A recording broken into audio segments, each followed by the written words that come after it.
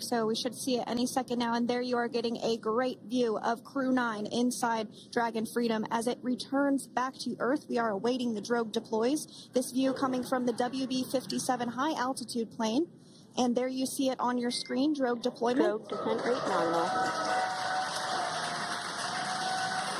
You can hear the crowd here. Visual on 2 healthy drogues. The crowd here very excited as Dragon Freedom continues to make its way back to planet Earth.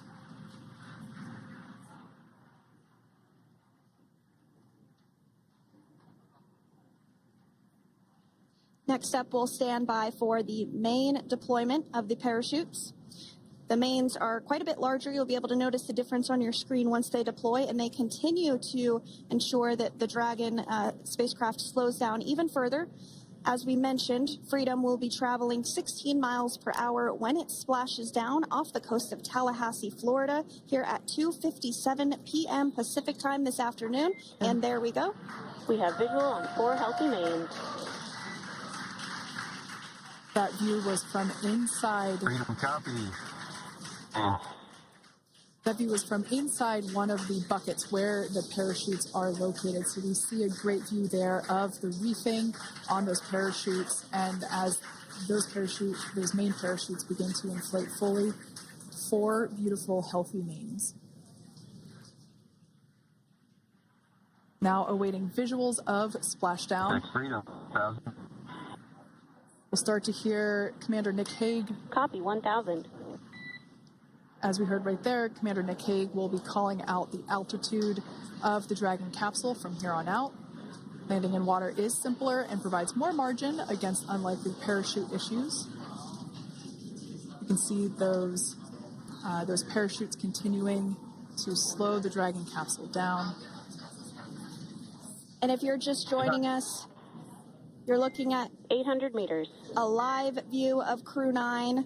Just minutes away from splashing down off the coast of Tallahassee, Florida. Splashdown 2 minutes from now at 2:57 p.m. Pacific. We do have 4 healthy mains really doing the job there. Just breathtaking views of a calm, glass-like ocean off the coast of Tallahassee, Florida. Crew 9 just minutes away from splashing down. This is really such an incredible shot.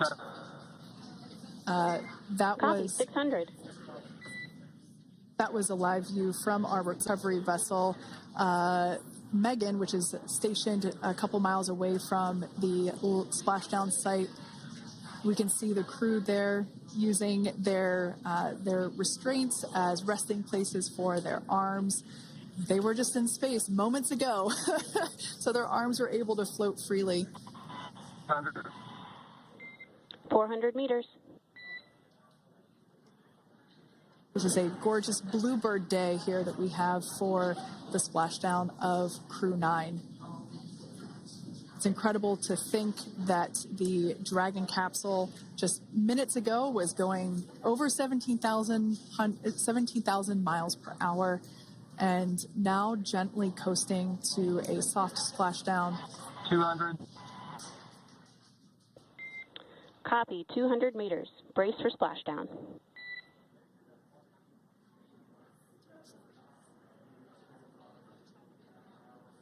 As you can see there on your screen, continuing to monitor progress of the Dragon spacecraft.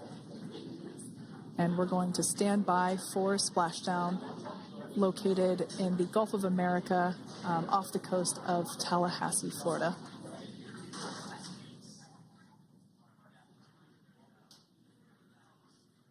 And splashdown, Crew 9 back on Earth.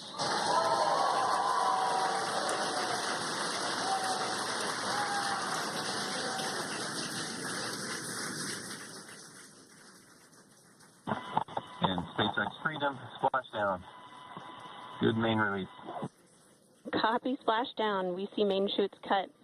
Nick, Alex, Butch, Sunny, on behalf of SpaceX, welcome home.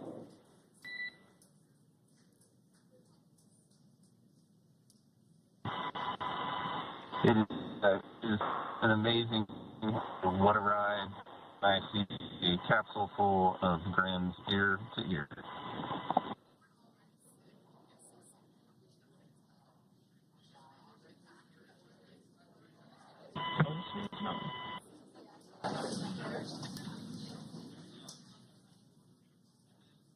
And as you can see on your screen, we have visual confirmation of Splashdown. Dragon Freedom has returned home, and NASA astronauts. System safety verifications are in progress. We'll report back when recovery personnel are en route.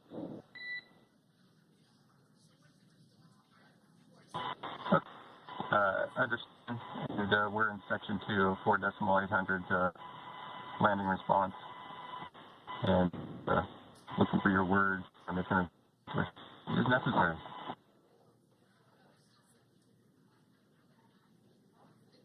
In the distance, we can see the recovery vessel making its way. Copy, you're in section 2 for the environmental assessment in 4.800. That is not necessary today. Understand. Raising 5. So we will continue to have communications between the Corps and Nick Hague, the commander of Crew Dragon Freedom, which just splashed down 2 minutes ago off the coast of Tallahassee, Florida. Dragon Freedom has returned home with NASA astronauts Nick Hague, Sonny Williams, Butch Wilmore, and Roscosmos cosmonaut Alexander Gorbanov. They're back on Earth after approximately 17 hours of a return journey from space. The SpaceX recovery ship and team have been waiting for Dragon's splashdown, and they will now make their way to the splashdown location. The teams have been ready and waiting about 3 nautical miles away, so it's going to take them about 30 minutes or so to make their way to SpaceX Freedom. Pretty sure we're in stable 1. Copy, stable 1. We see the same. It's going to take about 30 minutes for the recovery team to make their way over to Nick, Sonny, Butch, and Alexander, who are still seated and secured inside that Dragon spacecraft there on your screen. Incredible views there of that thermal protection system, or TPS. That Dragon capsule was pristine, white color before it departed the station, and we can see how the reentry phase, the thermal protection system did its job. Now, if you're wondering what that hole, that like bucket area is, that is underneath the side hatch. That is where the main parachutes were stored. So when we saw the Dragon capsule docked at station, it looked very different. The panel that protects and covers the main parachutes, that was still intact, as well as the panels that enclose where the drogue parachutes are located. We can see those fast Freedom. boats. SpaceX is go for recovery personnel to approach. Expect personnel alongside in the next few minutes. Freedom copies. We can see those fast boats. We weren't kidding when we said they were fast. While it does take about 30 minutes for the main recovery vessel to make its way over to the capsule, these fast boats will be doing a couple of things simultaneously. A couple of them are going to be working to retrieve the parachutes that you see in the background there of this drone shot. Those parachutes will be retrieved from the ocean surface. We want to make sure we are able to pull those out. The recovery vessel there closest to the spacecraft is going to be performing some safety checks. We can see there they're using an instrument that is basically working to detect if there are any hypergolic vapors or fumes that are still residing in and or around the Draco thruster nozzles or outlets. The hypergolic fuel, which is necessary for on-orbit burns to maneuver the spacecraft. Unfortunately, those hypergolics are unable to be breathed. They are toxic, and so this team here is doing those initial safety checks to make sure that it is safe for the rest of the recovery team to approach the spacecraft. They're also checking to make sure that any residuals from the pyros are safe and are not going to cause any issues. We can see the team working their way around the spacecraft to do these these sniff tests on all of those Draco thrusters. And as we continue to await the recovery of our Dragon spacecraft with NASA astronauts Nick Hague, Sonny Williams, Butch Wilmore, and Roscosmos cosmonaut Alexander Gorbanov inside, Dragon has autonomously completed several steps to safe itself following splashdown. We are continuing to see Dragon in what is known as stable 1 configuration. That's kind of the ideal configuration following splashdown. It's upright, and the Dragon capsule is in the right configuration for it to be hoisted into the recovery vessel Megan, which you do see a little ways off in your screen approaching. Dragon will continue to remain live on air with you through that recovery process, all the way through the point where the crew is extracted from the Dragon spacecraft. Now, if you are just joining us, the mission has gone smoothly so far. Dragon successfully splashed down off the coast of Tallahassee, Florida at 2:57 p.m. Pacific, 5:57 p.m. Eastern Time this afternoon. Approximately 17 hours prior to splashdown, Dragon autonomously undocked from the International Space Station, completed a series of departure burns, jettisoned its trunk section, and performed its final burn, the deorbit burn. This placed the Dragon spacecraft on a trajectory toward Tallahassee, Florida. Dragon successfully re-entered the Earth's atmosphere, followed by deployment of its parachutes to slow the spacecraft down to a gentle splashdown.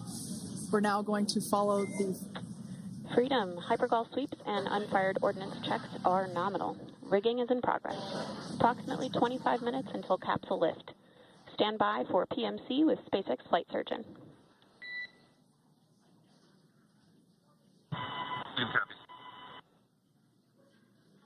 And so what we did just hear there was communications that those hypergol checks were complete. They didn't find any of that upon those checks, so we'll continue to move through the timeline. Next up is a process called rigging, which you see happening right now on your screen. This is when a SpaceX recovery personnel actually works to climb aboard the capsule and work through procedures ahead of lifting onto the nest of the recovery vessel Megan. We heard it's going to be about 25 minutes or so until that lift actually takes place.